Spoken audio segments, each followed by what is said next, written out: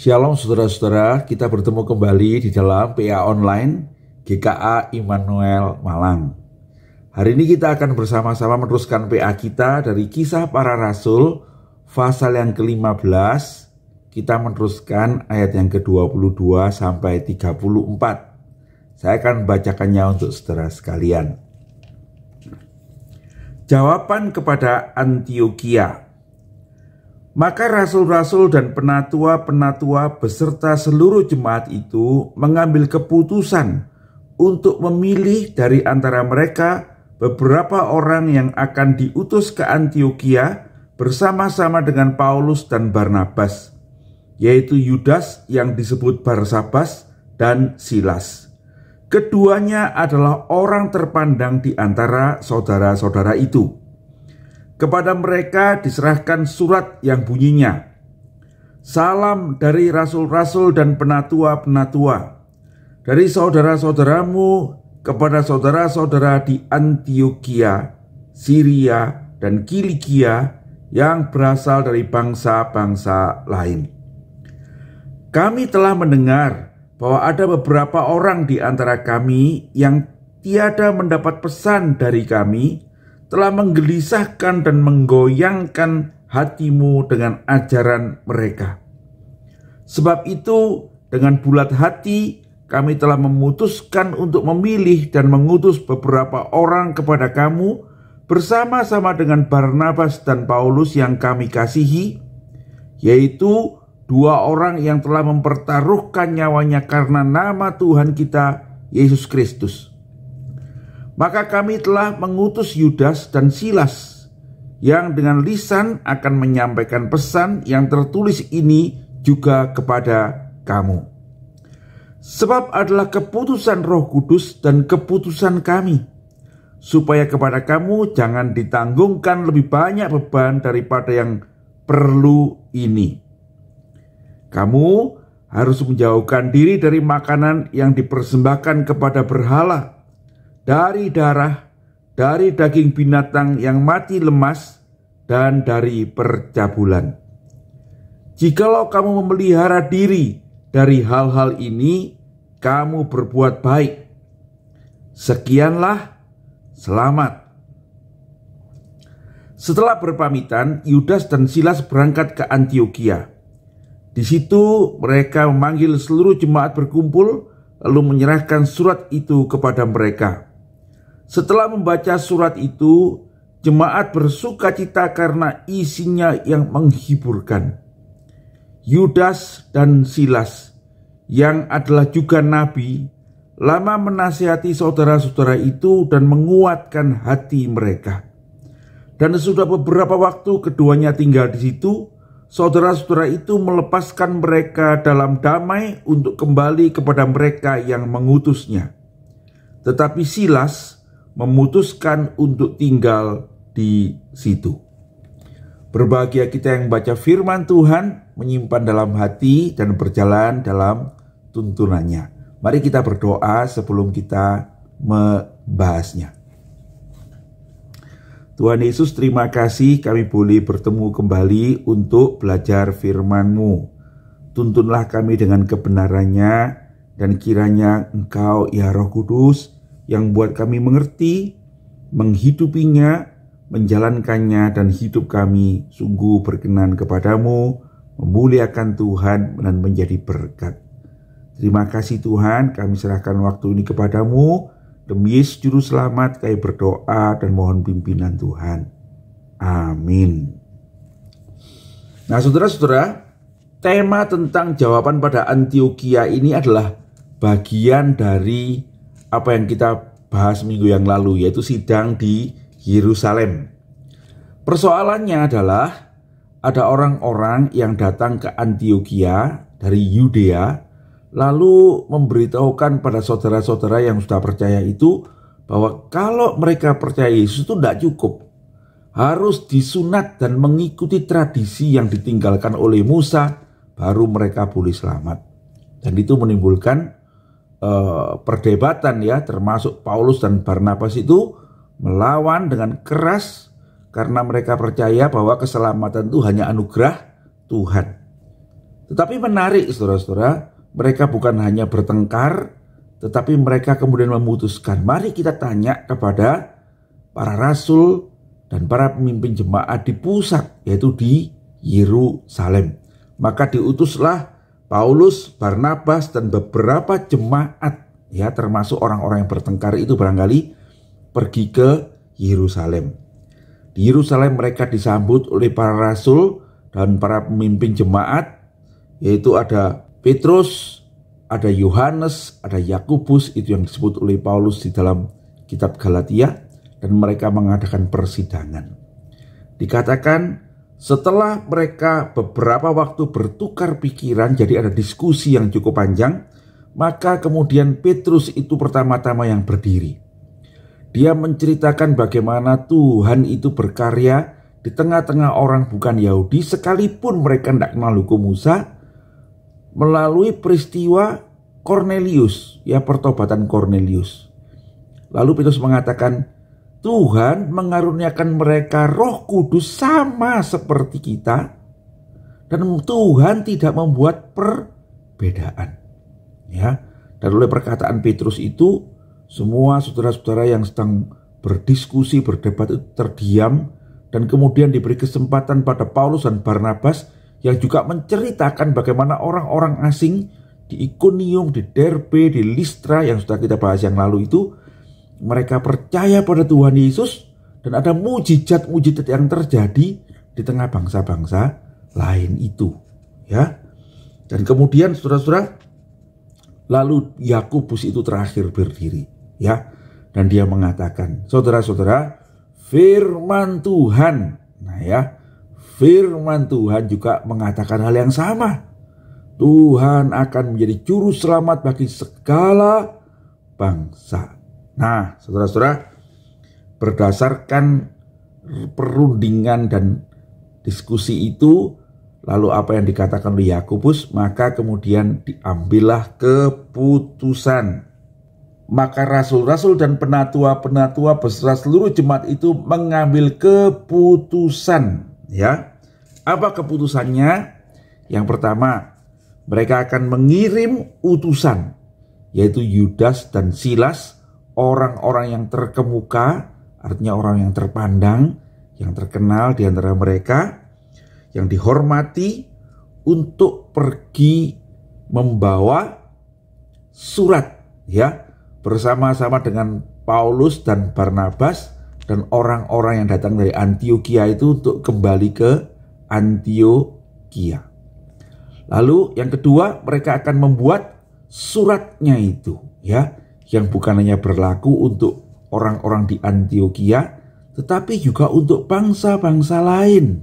Ya, nanti kita akan lihat bahwa surat itu ditujukan pada orang-orang di Antiokhia, Syria, Kilikia, dan bangsa-bangsa lain. Dalam arti bukan orang Yahudi. Ya, nah, apa isi pesannya yang tertulis dalam surat itu? Yang pertama, seperti saya sudah bilang tadi, itu ditujukan kepada bangsa-bangsa lain. Jadi bukan cuma untuk orang Antiokhia, tapi berlaku umum untuk semua orang percaya yang bukan berasal dari orang Yahudi. Nah, saudara-saudara, ini juga kita dapati nanti bahwa apa yang dibicarakan dikutip dalam Kisah Rasul 15 ayat 20 ini, kemudian ayat 29, dan nanti akan diulang lagi di pasal 21 ayat 25, ya, kepada bangsa-bangsa lain. Nah, yang kedua, di dalam surat itu dengan terbuka para rasul dan para penatua di Yerusalem itu menyatakan masalahnya, yaitu bahwa ada orang-orang dari kami, jadi orang-orang percaya dari Yerusalem yang datang kepadamu lalu buat kesalahan, yaitu ya, tanpa mendapatkan pesan dari kami, mereka kemudian mengajarkan hal-hal yang bertentangan dengan firman Tuhan, yang katanya memberatkan kamu, katanya gitu ya, memberatkan kamu. Dan kemudian dikatakan di dalam ayat 24 itu, hal itu telah menggelisahkan dan menggoyangkan hatimu. Artinya itu membuat kalian jadi tidak nyaman begitu ya. Dan ketidaknyamanan itu benar, sebab itu bukan pesan dari kami ya. Sebab itu kami berkeputusan ya untuk mengutus orang untuk pulang bersama-sama dengan Paulus dan Barnabas. Nah, lalu Paulus dan Barnabas diberi dukungan, saudara, dalam pesan itu. Disebutkan bahwa Paulus dan Barnabas itu, saudara-saudara, adalah orang yang mempertaruhkan nyawanya demi Yesus Kristus Tuhan kita. Paulus dan Barnabas itu adalah saudara-saudara yang kami kasihi ya. Barnabas secara khusus adalah utusan resmi ya dari jemaat Yerusalem untuk ke Antioquia membimbing gereja mula-mula itu ya, sampai gereja itu berkembang dan akhirnya bisa mengutus Paulus dan Barnabas untuk memberitakan Injil ke daerah Siprus dan daerah Galatia itu ya, di Listra, Derbe, Antioquia itu ya, di Pisidia. Dan kami akan mengutus Yudas dan Silas bersama-sama dengan Barnabas dan Paulus untuk menunjukkan dukungan ini. Orang-orang ini yang kalau kita baca nanti adalah seorang nabi, dalam arti seorang yang mampu memberitakan firman Tuhan dengan baik. Mungkin mereka adalah pengkhotbah yang baik. Itu akan memberitakan kepada kamu secara lisan apa yang kami tuliskan di dalam surat ini. Nah, begitu ya. Nanti kita melihat bagaimana mereka cukup lama tinggal di Antioquia untuk memberikan penjelasan-penjelasan dan menolong saudara-saudara itu ya. Yang keempat, saudara-saudara, dikatakan di dalam ayat ke-28 itu, para rasul dan penatua itu mengatakan begini, pesan ini adalah keputusan Roh Kudus dan keputusan kami. Nah, saudara-saudara, sekali lagi kita melihat bagaimana para rasul itu membawa Roh Kudus menjadi kekuatan dan menjadi otoritas dari semua yang mereka kerjakan. Nah, ada unsur manusia yaitu kami, tetapi ada unsur Allah yaitu Roh Kudus di dalam pesan ini. Nah, saudara-saudara, saya ingin bahas sedikit ya. Jadi bagaimana itu bisa terjadi? Ya, yang pertama, karena mereka sudah melewati persidangan itu ya, yang di dalamnya ada doa, saudara-saudara ya. Mereka berdoa mohon tuntunan Tuhan. Yang kedua, mereka kemudian mendiskusikannya. Dikatakan mereka bertukar pikiran, mendiskusikannya. Lalu ada pengalaman-pengalaman yang diceritakan itu oleh Petrus, oleh Barnabas, oleh Paulus, dan yang terakhir mereka diteguhkan oleh firman Tuhan. Nah, itu yang membuat pesan itu dikatakan oleh para rasul, ini adalah pesan yang kami terima sendiri dari Roh Kudus. Roh Kudus yang menuntun kami melalui pikiran kami setelah kami berdoa, melalui pengalaman-pengalaman yang nyata, mujizat-mujizat, kuasa-kuasa, bahasa roh yang dinyatakan, yang dicurahkan di tengah bangsa-bangsa lain itu. Dan lebih daripada itu sesuai dengan kitab suci ya, yang sudah dinubuatkan dan ditulis sendiri oleh para nabi dengan kuasa Roh Kudus itu. Nah, saudara-saudara, itu yang menjadi dasar sehingga mereka mengatakan ini adalah pesan berdasarkan keputusan Roh Kudus dan keputusan kami ya. Karena itu pesan ini jadi berotoritas, saudara-saudara ya. Bukan cuma sekedar pertimbangan para rasul dan para pemimpin di Yerusalem, tapi ini adalah sungguh ada otoritas. Dan hari ini kita membacanya sebagai firman Tuhan yang dinyatakan dalam kitab para rasul, ditulis oleh Lukas mengutip pesan itu ya. Kemudian pesannya itu adalah kami tidak ingin memberikan beban yang lain daripada beban yang perlu ini. Perhatikan ya, beban yang perlu ini. Jadi hal ini penting. Ini adalah apa yang dikatakan Roh Kudus dan yang kami sampaikan kepada kamu dengan pimpinannya. Yang pertama, kamu harus menjauhkan diri dari makanan. Makan yang bagaimana? Yang pertama, yang dipersembahkan pada berhala. Yang kedua, yang berasal dari darah. Yang ketiga, yang berasal dari binatang yang mati lemas, ya.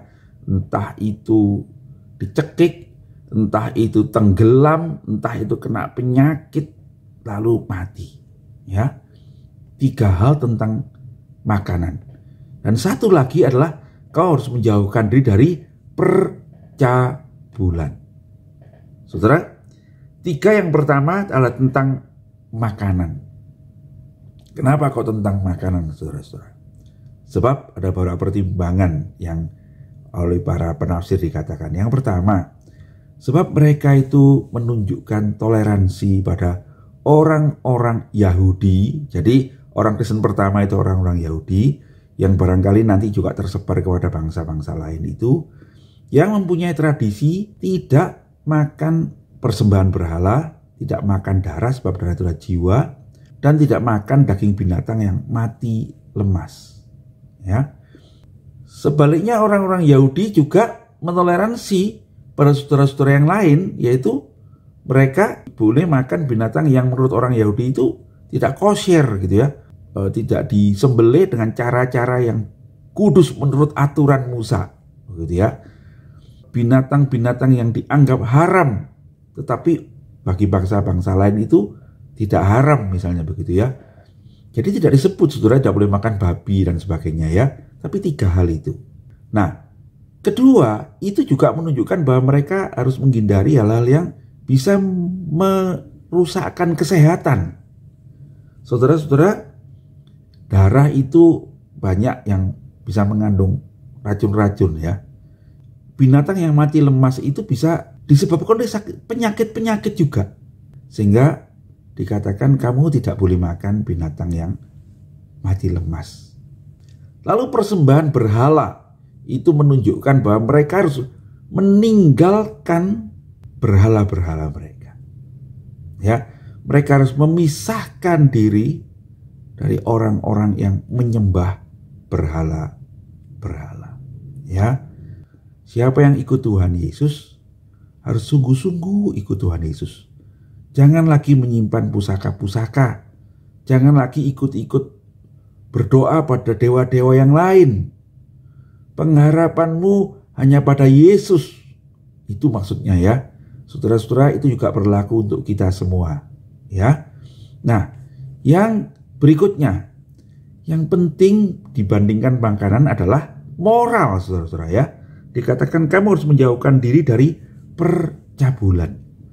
Saudara-saudara, kita mesti menyadari masyarakat pada waktu itu yang budaya Yunani Romawi, yang ada banyak dewa-dewa yang perempuan, ada Aphrodite, itu dewa cinta dan sebagainya. Sehingga dalam ibadah-ibadah mereka juga ada tindakan-tindakan yang amoral ya. Ada istilah pelacur bakti itu ya. Mereka bisa melakukan hubungan dengan seksual dengan para imam-imam wanita itu ya, dan itu juga melambangkan kesuburan dan sebagainya begitu ya. Nah, saudara-saudara, itu nampaknya adalah upacara-upacara keagamaan, tapi sesungguhnya yang dinyatakan itu adalah nafsu manusia yang dituruti, yang tidak kudus gitu ya, yang membiarkan nafsu itu diumbar-umbar. Nah, itu yang ditentang ya, sehingga para rasul dan pemimpin mengingatkan orang-orang Kristen yang menjadi percaya di daerah-daerah yang dikuasai oleh budaya-budaya seperti itu. Kamu harus menjauhkan diri dari hal itu, ya. Sebab di dalam Alkitab sesungguhnya hubungan seksual itu hanya boleh dilakukan oleh suami istri.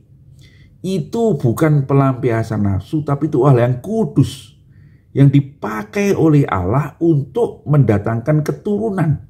Melalui hubungan itu sesungguhnya kita itu berpartisipasi dalam penciptaan Tuhan. Karena melalui hubungan itu maka lahirlah anak-anak yang sesungguhnya adalah warisan Tuhan. Anak-anak itu haruslah anak-anak kudus. Maka hubungan itu haruslah kudus.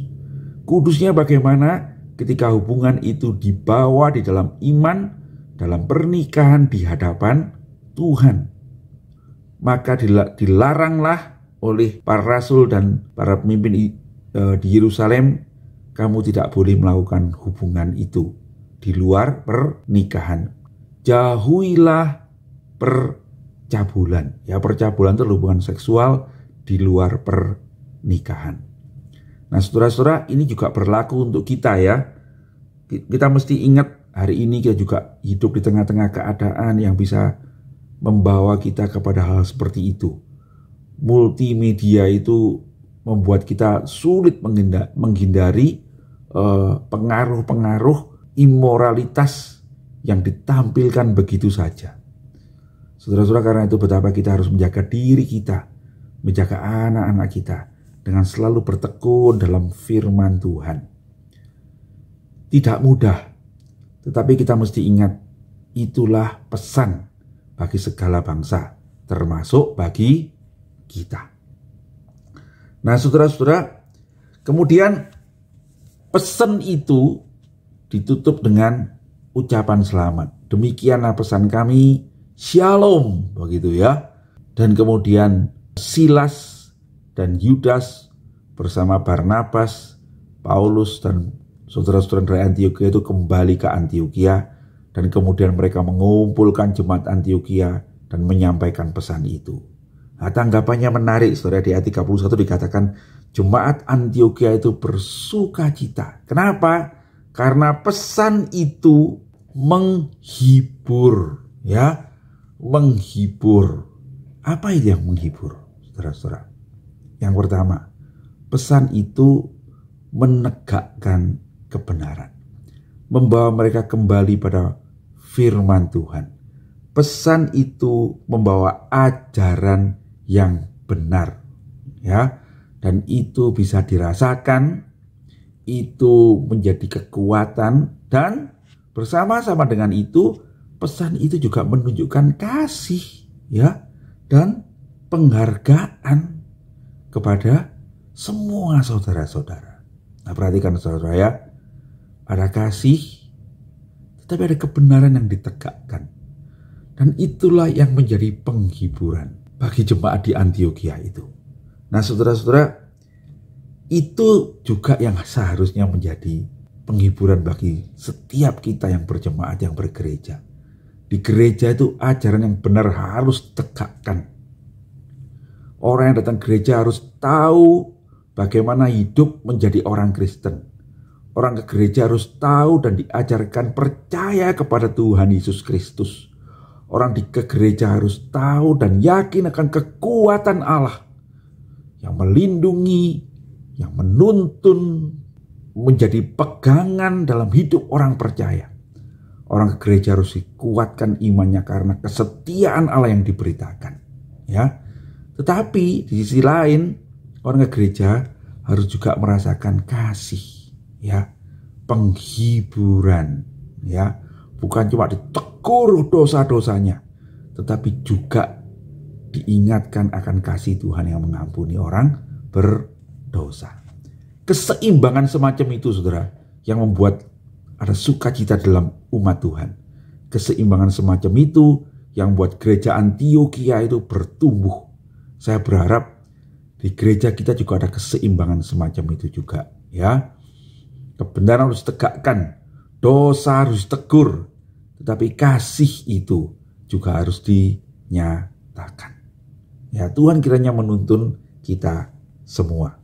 Nah, saudara-saudara, pada bagian akhir dikatakan Yudas, Silas, Paulus, dan Barnabas itu kemudian lama bersama-sama mengajar umat di Antiokhia itu, ya, menguatkan mereka, menghibur mereka, dan saya percaya juga memberikan nasihat dan mendamaikan orang-orang yang sempat bertentangan, ya, karena ajaran-ajaran yang pernah mereka terima dulu, ya. Mereka mengambil waktu, ya, katakan cukup lama. Ayat 32, Yudas dan Silas yang adalah juga nabi lama menasihati saudara-saudara itu dan menguatkan mereka. Ya. Nah, kemudian setelah itu semua barulah mereka kemudian dengan sukacita diantar oleh jemaat Antiokhia untuk kembali ke Yerusalem. Ya. Tetapi firman Tuhan mencatat bahwa Silas memutuskan untuk tinggal di Antiokhia. Nah, saudara-saudara, kita kemudian tahu nanti Silas itulah yang akan bersama-sama dengan Paulus melakukan perjalanan misi yang kedua dan yang ketiga. Ya, kita akan bahas berikutnya. Apa yang bisa kita pelajari dari PA kita hari ini, saudara-saudara? Yang pertama, kita sekali lagi diingatkan peranan Roh Kudus di dalam pertumbuhan gereja. Peranan Roh Kudus yang membawa kemajuan gereja. Apa itu peranan Roh Kudus? Biar Roh itu, saudara-saudara, yang menuntun kita untuk berdoa. Ini paling penting ya, berdoa. Biarkan Roh itu yang menuntun kita di dalam pembicaraan-bicaraan kita, dalam khotbah-khotbah, dalam diskusi-diskusi kita, dalam penalaran kita. Biarlah Roh Kudus itu yang menuntun kita pengalaman-pengalaman pribadi bersama-sama dengan Dia. Ya, pengalaman-pengalaman yang Tuhan berikan melalui Roh Kudus ini biarlah menuntun kita untuk semakin dekat dengan Dia. Tapi ingatlah, yang paling akhir, biarlah Roh Kudus itu menuntun kita melalui firman Tuhan. Firman Tuhan mesti menjadi pegangan utama. Ya, pengalaman-pengalaman yang kita alami harus dinilai dengan firman Tuhan. Tidak boleh bertentangan dengan firman Tuhan. Kalau pengalaman-pengalaman yang kita alami itu tercatat sebagai perintah Tuhan, maka itu berlaku universal.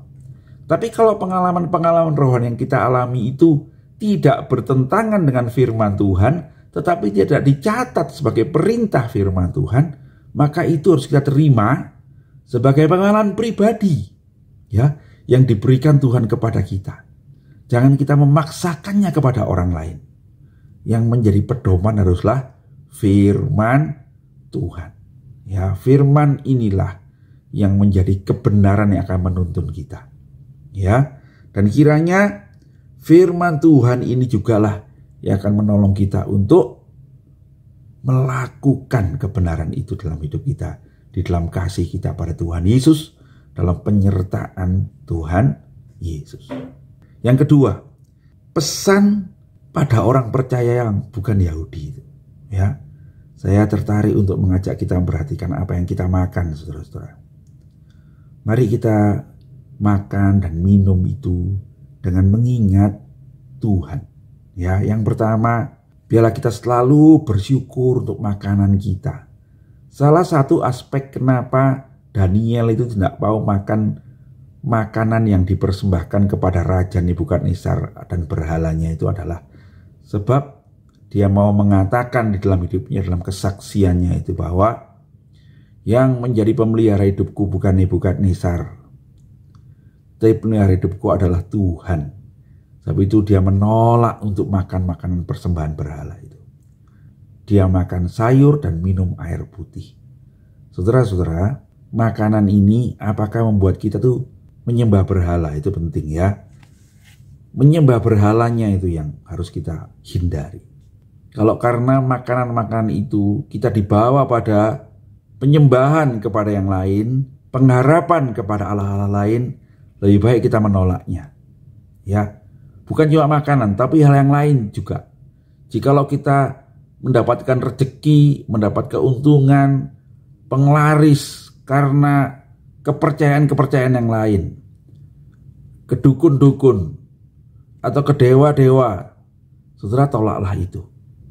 Sebab itu tidak berkenan kepada Allah. Itu penyembahan berhala. Jangan ada Allah lain di hadapanku, begitu kata Tuhan. Jangan membuat berhala apapun. Ya, akulah Tuhan Allahmu, satu-satunya juru selamat dan Tuhan kita, Yesus Kristus itu.